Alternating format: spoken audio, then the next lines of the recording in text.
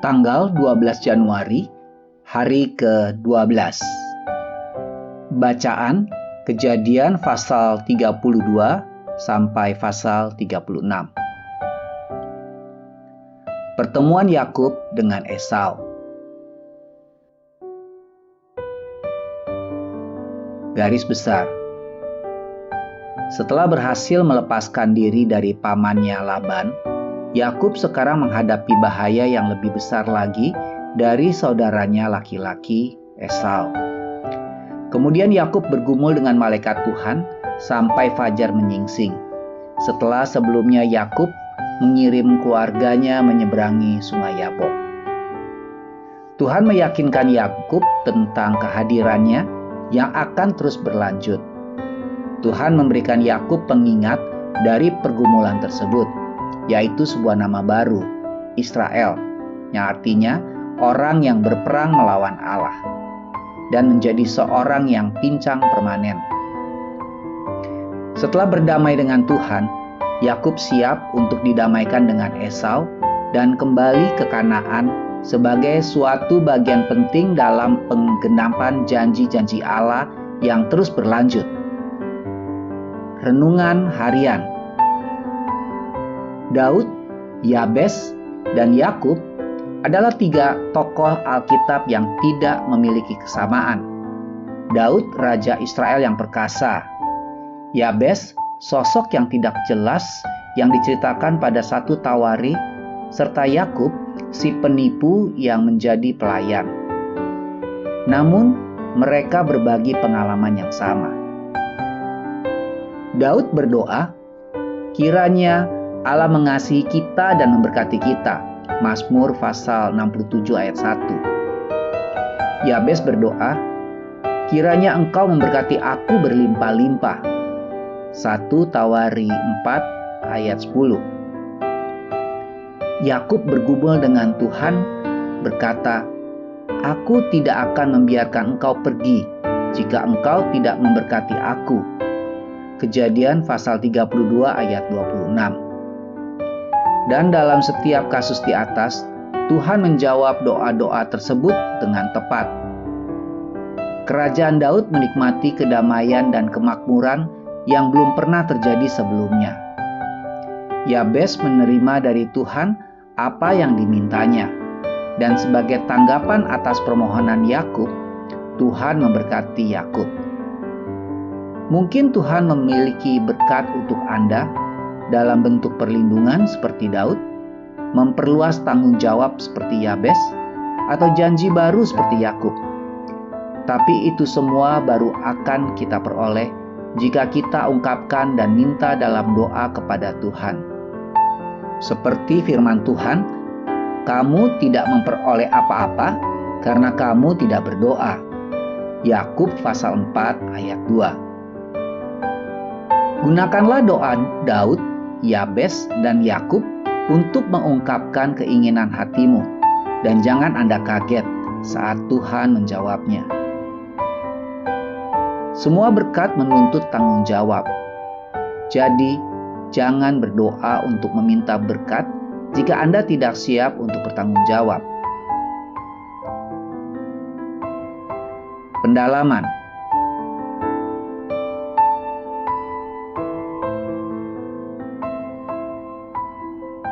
Berkat dipulihkan. Kejadian pasal 33 ayat 16. Setelah memulai tanpa memiliki apa-apa, Yakub dapat mengumpulkan kekayaan selama 20 tahun ketika ia akan kembali ke Kanaan. Kekayaan Yakub terlihat ketika dia bisa memberi lebih dari 500 ekor hewan kepada saudaranya Esau. Kejadian pasal 33 ayat 8-11. Pemberian yang merupakan berkat Tuhan kepada Yakub ini membantu kelancaran proses rekonsiliasi Yakub dan Esau. 4 tonggak sejarah spiritual. Kejadian pasal 35 ayat 15. Di awal hidupnya, Yakub bertemu dengan Allah nenek moyangnya 4 kali di 3 tempat yang berbeda. Di Betel, Tuhan menyatakan dirinya kepada Yakub Kejadian pasal 28 ayat 10-22. Di Haran, Tuhan mengarahkan Yakub. Kejadian pasal 31 ayat 1-16. Di Peniel, Tuhan memulihkan Yakub, seperti yang terdapat dalam Kejadian pasal 32 ayat 24 sampai dengan 32. Dan kembali ke Betel lagi, Tuhan meyakinkan Daud, seperti yang dikatakan pada Kejadian pasal 35 ayat 1-15. Amin. Tuhan Yesus memberkati.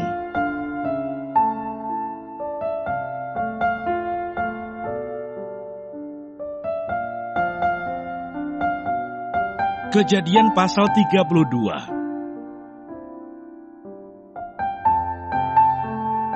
Yakub takut bertemu dengan Esau. Yakub melanjutkan perjalanannya, lalu bertemulah malaikat-malaikat Allah dengan dia. Ketika Yakub melihat mereka, berkatalah ia, "Ini bala tentara Allah." Sebab itu dinamainya lah tempat itu Mahanaim.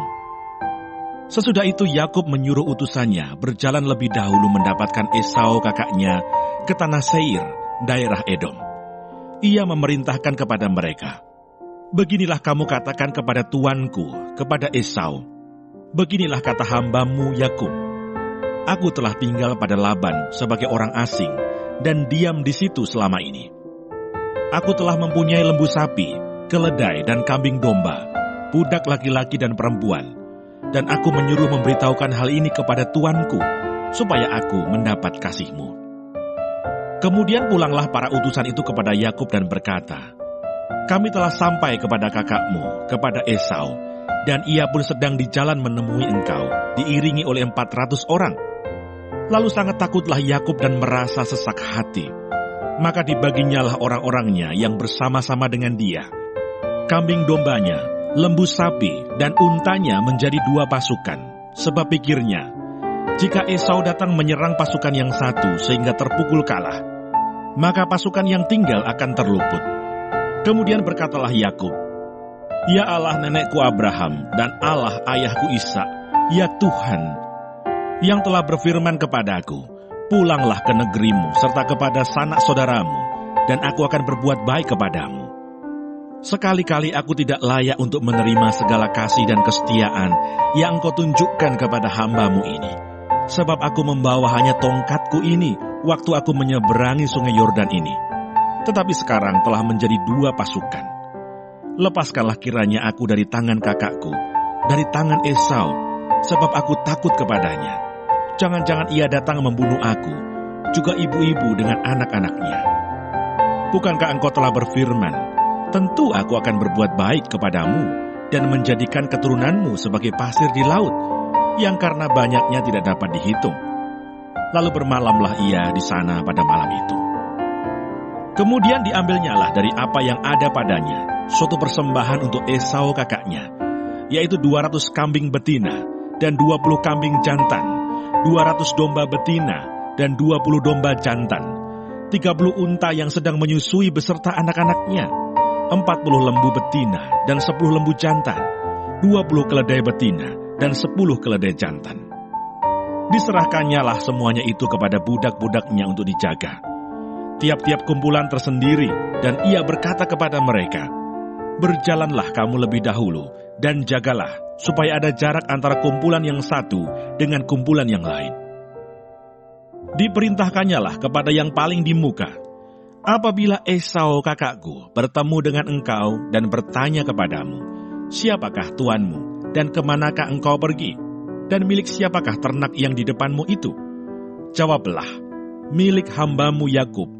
Inilah persembahan yang dikirim kepada tuanku Esau, dan Yakub sendiri pun ada di belakang kami.' Begitulah diperintahkannya baik kepada yang kedua maupun kepada yang ketiga, dan kepada sekalian orang yang berjalan menggiring kumpulan hewan itu. Katanya, 'Seperti perkataanku tadilah, kamu katakan kepada Esau, apabila kamu berjumpa dengan dia. Dan kamu harus mengatakan juga, hambamu Yakub sendiri ada di belakang kami.' Sebab pikir Yakub, 'Baiklah aku mendamaikan hatinya dengan persembahan yang diantarkan lebih dahulu, kemudian barulah aku akan melihat mukanya. mungkin ia akan menerima aku dengan baik. Jadi persembahan itu diantarkan lebih dahulu, tetapi ia sendiri bermalam pada malam itu di tempat perkemahannya. Pergumulan Yakub dengan Allah. Pada malam itu Yakub bangun dan ia membawa kedua istrinya, kedua budaknya perempuan dan ke-11 anaknya, dan menyeberang di tempat penyeberangan sungai Yabok.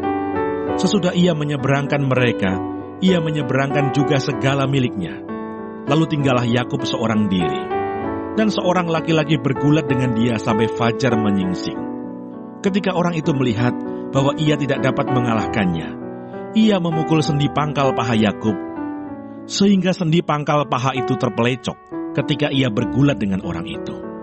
Lalu kata orang itu, "Biarkanlah aku pergi, karena fajar telah menyingsing." Saud Yakub, "Aku tidak akan membiarkan engkau pergi, jika engkau tidak memberkati aku." Bertanyalah orang itu kepadanya, "Siapakah namamu?" Saudnya, "Yakub."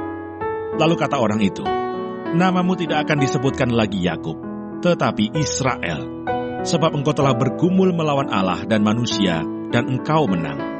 Bertanyalah Yakub, "Katakanlah juga namamu." Tetapi saudnya, "Mengapa engkau menanyakan namaku?" Lalu diberkatinyalah Yakub di situ. Yakub menamai tempat itu Peniel, sebab katanya, "Aku telah melihat Allah berhadapan muka, tetapi nyawaku tertolong." Lalu tampaklah kepadanya matahari terbit ketika ia telah melewati Peniel, dan Yakub pincang karena pangkal pahanya. Itulah sebabnya sampai sekarang orang Israel tidak memakan daging yang menutupi sendi pangkal paha, karena dia telah memukul sendi pangkal paha Yakub pada otot pangkal pahanya. Kejadian pasal 33.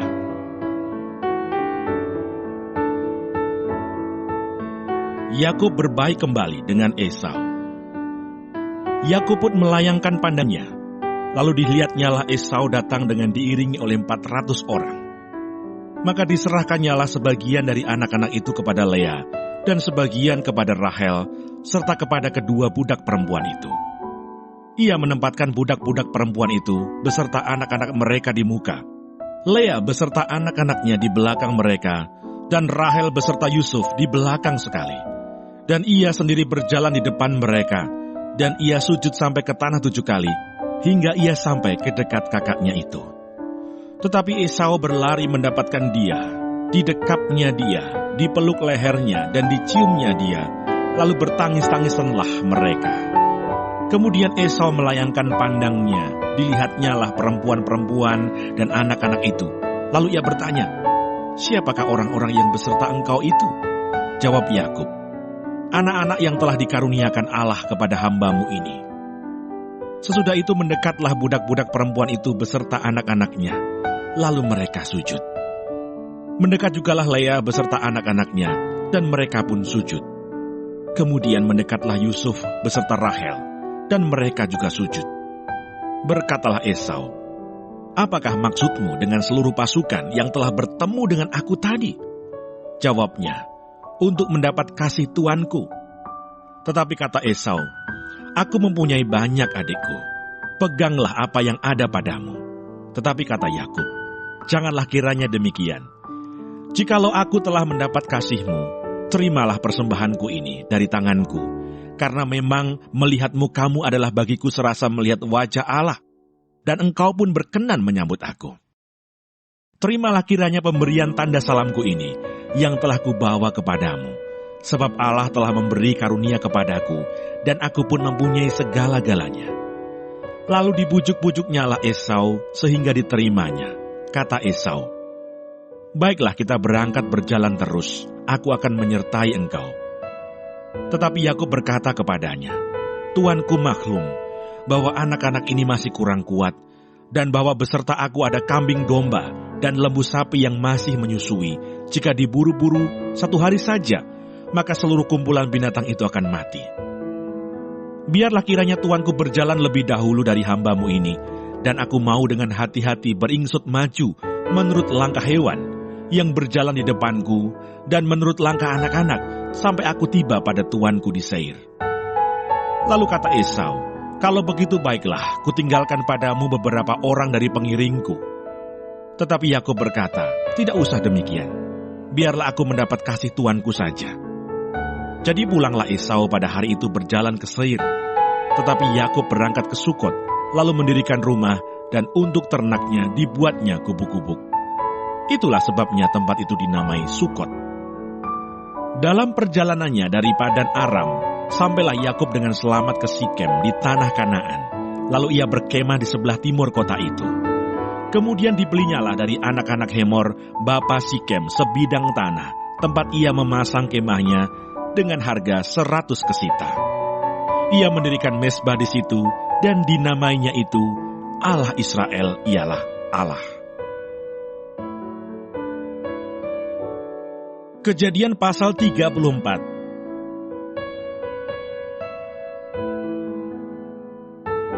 Dina dan Sikem. Pada suatu kali pergilah Dina, anak perempuan Lea yang dilahirkannya bagi Yakub, mengunjungi perempuan-perempuan di negeri itu. Ketika itu terlihatlah ia oleh Sikem, anak Hemor, orang Hewi, raja negeri itu. Lalu Dina itu dilarikannya dan diperkosanya.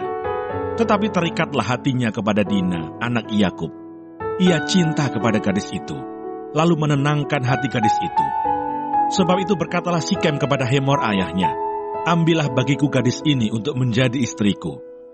Kedengaranlah kepada Yakub bahwa Sikem mencemari Dina, tetapi anak-anaknya ada di padang menjaga ternaknya. Jadi Yakub mendiamkan soal itu sampai mereka pulang.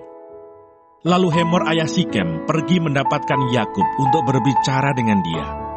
Sementara itu anak-anak Yakub pulang dari padang, dan sesudah mendengar peristiwa itu, orang-orang ini sakit hati dan sangat marah, karena Sikem telah berbuat noda di antara orang Israel dengan memperkosa anak perempuan Yakub, sebab yang demikian itu tidak patut dilakukan.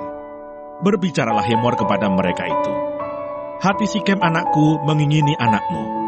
Kiranya kamu memberikan dia kepadanya menjadi istrinya, dan biarlah kita ambil-mengambil. Berikanlah gadis-gadis kamu kepada kami, dan ambillah gadis-gadis kami. Tinggallah pada kami. Negeri ini terbuka untuk kamu. Tinggallah di sini. Jalanilah negeri ini dengan bebas, dan menetaplah di sini." Lalu Sikem berkata kepada ayah anak itu dan kepada kakak-kakaknya, "Biarlah kiranya aku mendapat kasihmu. Aku akan memberikan kepadamu apa yang kamu minta, walaupun kamu bebankan kepadaku uang jujuran dan uang mahar seberapa banyak pun. Aku akan memberikan apa yang kamu minta, tetapi berilah gadis itu kepadaku menjadi istriku." Lalu anak-anak Yakub menjawab Sikem dan Hemor ayahnya dengan tipu muslihat. Karena Sikem telah mencemari Dina, adik mereka itu, berkatalah mereka kepada kedua orang itu, "Kami tidak dapat berbuat demikian, memberikan adik kami kepada seorang laki-laki yang tidak bersunat, sebab hal itu aib bagi kami. Hanyalah dengan syarat ini kami dapat menyetujui permintaanmu. Kamu harus sama seperti kami, yaitu setiap laki-laki di antara kamu harus disunat. Barulah kami akan memberikan gadis-gadis kami kepada kamu, dan mengambil gadis-gadis kamu. Maka kami akan tinggal padamu, dan kita akan menjadi satu bangsa. Tetapi jika kamu tidak mendengarkan perkataan kami, dan kamu tidak disunat, maka kami akan mengambil kembali anak itu, lalu pergi." Lalu Hemor dan Sikem anak Hemor menyetujui usul mereka, dan orang muda itu tidak bertangguh melakukannya, sebab ia suka kepada anak Yakub, lagi pula ia seorang yang paling dihormati di antara seluruh kaum keluarganya.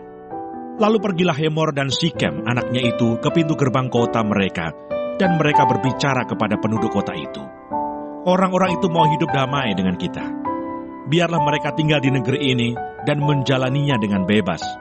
Bukankah negeri ini cukup luas untuk mereka? Maka kita dapat mengambil gadis-gadis mereka menjadi istri kita, dan kita dapat memberikan gadis-gadis kita kepada mereka.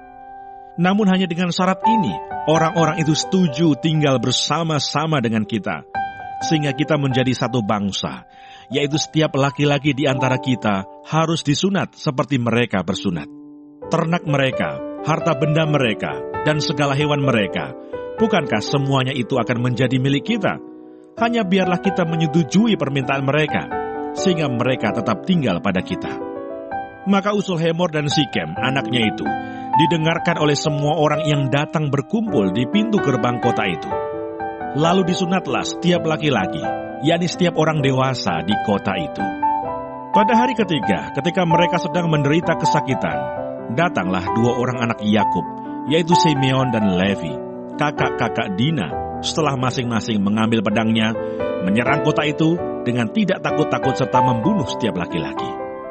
Juga Hemor dan Sikem anaknya dibunuh mereka dengan mata pedang, dan mereka mengambil Dina dari rumah Sikem lalu pergi. Kemudian datanglah anak-anak Yakub merampasi orang-orang yang terbunuh itu, lalu menjarah kota itu, karena adik mereka telah dicemari. Kambing dombanya dan lembu sapinya, keledainya dan segala yang di dalam dan di luar kota itu dibawa mereka. Segala kekayaannya, semua anaknya dan perempuannya ditawan dan dijarah mereka, juga seluruhnya yang ada di rumah-rumah. Yakub berkata kepada Simeon dan Levi, "Kamu telah mencelakakan aku dengan membusukkan namaku kepada penduduk negeri ini, kepada orang Kanaan dan orang Feris, padahal kita ini hanya sedikit jumlahnya. Apabila mereka bersekutu melawan kita, tentulah mereka akan memukul kita kalah, dan kita akan dipunahkan, aku beserta seisi rumahku." Tetapi jawab mereka, "Mengapa adik kita diperlakukannya sebagai seorang perempuan sundal?" Kejadian pasal 35.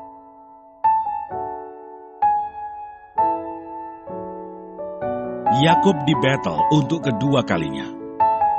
Allah berfirman kepada Yakub, "Bersiaplah, pergilah ke Betel, tinggallah di situ, dan buatlah di situ mezbah bagi Allah yang telah menampakkan diri kepadamu ketika engkau lari dari Esau kakakmu."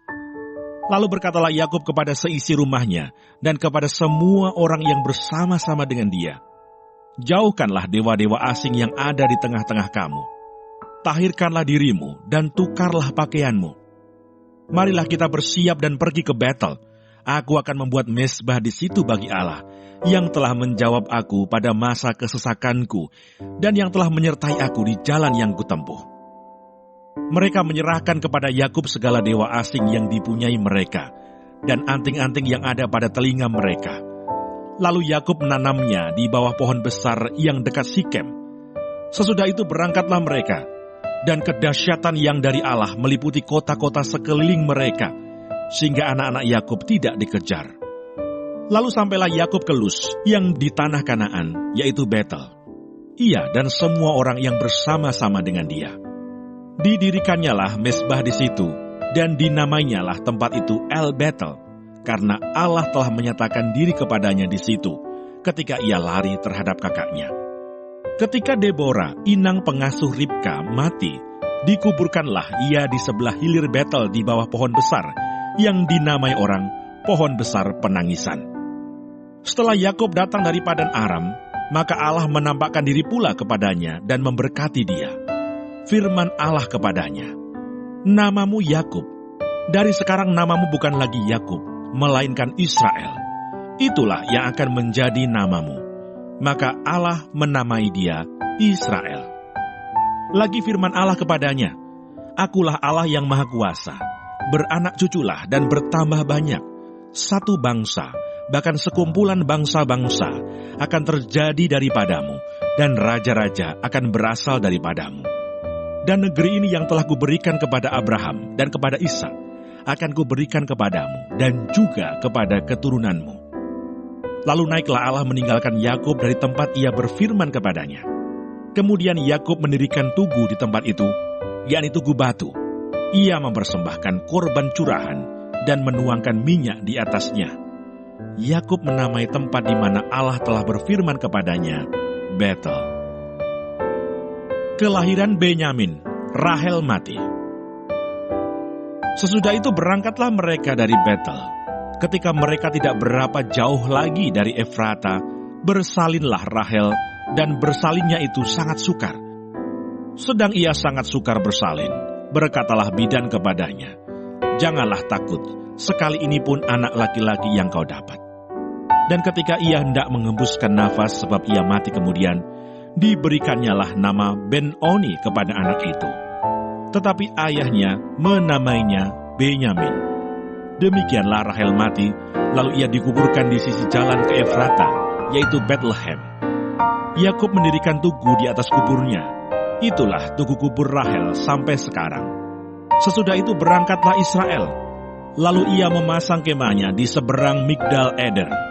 Ketika Israel diam di negeri ini, terjadilah bahwa Ruben sampai tidur dengan Bilha gundik ayahnya, dan kedengaranlah hal itu kepada Israel. Anak-anak Yakub, Ishak mati. Adapun anak-anak lelaki Yakub, 12 orang jumlahnya. Anak-anak Lea ialah Ruben, anak sulung Yakub. Kemudian Simeon, Levi, Yehuda, Isakar, dan Sebulon. Anak-anak Rahel ialah Yusuf dan Benyamin. Dan anak-anak Bilha, budak perempuan Rahel, ialah Dan serta Naftali. Dan anak-anak Silpa, budak perempuan Lea, ialah Gad dan Asher. Itulah anak-anak lelaki Yakub yang dilahirkan baginya di Padan Aram. Lalu sampailah Yakub kepada Ishak, ayahnya, di Mamre dekat Kiryat Arba. Itulah Hebron, tempat Abraham dan Ishak tinggal sebagai orang asing. Adapun umur Ishak 180 tahun. Lalu meninggallah Ishak. Ia mati dan dikumpulkan kepada kaum leluhurnya. Ia tua dan suntuk umur, maka Esau dan Yakub anak-anaknya itu menguburkan dia. Kejadian pasal 36. Keturunan Esau. Inilah keturunan Esau, yaitu Edom. Esau mengambil perempuan-perempuan Kanaan menjadi istrinya, yakni Ada, anak Elon orang Het, dan Oholibama, anak Sibeon orang Hewi, dan Basmat, anak Ismail, adik Nebayot. Ada melahirkan Elifas bagi Esau, dan Basmat melahirkan Rehuel, dan Oholibama melahirkan Yeus, Yaelam, dan Korah. Itulah anak-anak Esau yang lahir baginya di tanah Kanaan. Esau membawa istri-istrinya, anak-anaknya lelaki dan perempuan, dan semua orang yang ada di rumahnya, ternaknya, segala hewannya, dan segala harta bendanya yang telah diperolehnya di tanah Kanaan. Lalu pergilah ia ke negeri lain, dan ia meninggalkan Yakub adiknya itu. Sebab harta milik mereka terlalu banyak, sehingga mereka tidak dapat tinggal bersama-sama, dan negeri penumpangan mereka tidak dapat memuat mereka, karena banyaknya ternak mereka itu. Maka menetaplah Esau di pegunungan Seir. Esau itulah Edom. Inilah keturunan Esau, bapa orang Edom di pegunungan Seir. Nama anak-anaknya ialah Elifas, anak Ada istri Esau, Rehuel, anak Basmat istri Esau. Anak-anak Elifas ialah Teman, Omar, Sefu, Gaitam, dan Kenas. Timna adalah gundik Elifas anak Esau. Ia melahirkan Amalek bagi Elifas. Itulah cucu-cucu Ada istri Esau. Inilah anak-anak Rehuel, Nahat, Serah, Syama, dan Misa. Itulah cucu-cucu Basmat istri Esau. Inilah anak-anak Oholibama istri Esau itu, anak Sibeon. Ia melahirkan bagi Esau Yeus, Yaelam, dan Korah. Inilah kepala-kepala kaum Bani Esau, keturunan Elifas anak sulung Esau. Ialah kepala kaum Teman, kepala kaum Omar, kepala kaum Sefu, kepala kaum Kenas, kepala kaum Korah, kepala kaum Gaitam, dan kepala kaum Amalek. Itulah kepala-kepala kaum Elifas di tanah Edom. Itulah keturunan Ada. Inilah keturunan Rehuel anak Esau, kepala kaum Nahat, kepala kaum Serah, kepala kaum Syama, dan kepala kaum Misa. Itulah kepala-kepala kaum Rehuel di tanah Edom. Itulah keturunan Basmat istri Esau. Inilah keturunan Oholibama istri Esau, kepala kaum Yeus, kepala kaum Yaelam, kepala kaum Korah. Itulah kepala-kepala kaum Oholibama istri Esau, anak Ana. Itulah Bani Esau, yakni Edom, dan itulah kepala-kepala kaum mereka. Keturunan Seir. Inilah anak-anak Seir, orang Hori, penduduk negeri itu. Lotan, Shobal, Sibeon, Ana, Disyon, Eser, Disyan. Itulah kepala-kepala kaum orang Hori, anak-anak Seir di tanah Edom. Anak-anak Lotan ialah Hori dan Heman. Dan saudara perempuan Lotan ialah Timna. Inilah anak-anak Shobal, Alwan, Manahat. Ebal, Shefo, dan Onam. Inilah anak-anak Sibeon, Aya dan Ana. Anak inilah yang menemui mata-mata air panas di padang gurun ketika ia sedang mengembalakan keledai Sibeon ayahnya itu. Inilah anak-anak Ana, Dishon dan Oholibama anak perempuan Ana. Inilah anak-anak Dishon, Hemdan, Eshiban, Yitran, dan Keran. Inilah anak-anak Eser, Bilhan, Sya'awan, dan Akan. Inilah anak-anak Disyan, Us, dan Aran. Itulah kepala-kepala kaum orang Hori, kepala kaum Lotan, kepala kaum Shobal, kepala kaum Sibeon, kepala kaum Ana, kepala kaum Dishon, kepala kaum Esher, dan kepala kaum Disyan. Itulah kepala-kepala kaum orang Hori, kaum demi kaum di tanah Seir. Raja-raja Edom.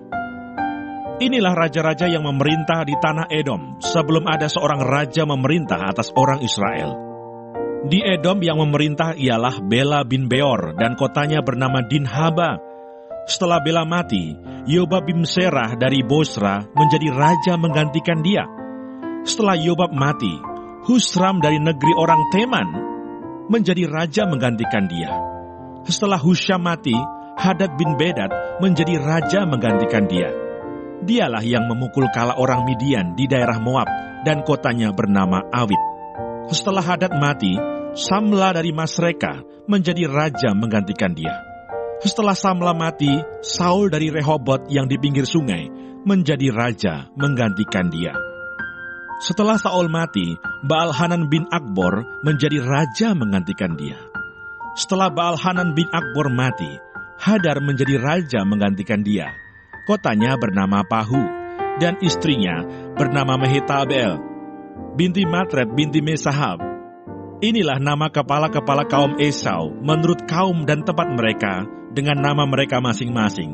Kepala kaum Timna, kepala kaum Alfa, kepala kaum Yetet, kepala kaum Oholibama, kepala kaum Ela, kepala kaum Pinon, kepala kaum Kenas, kepala kaum Teman, kepala kaum Mibsar, kepala kaum Magdiel, dan kepala kaum Iram.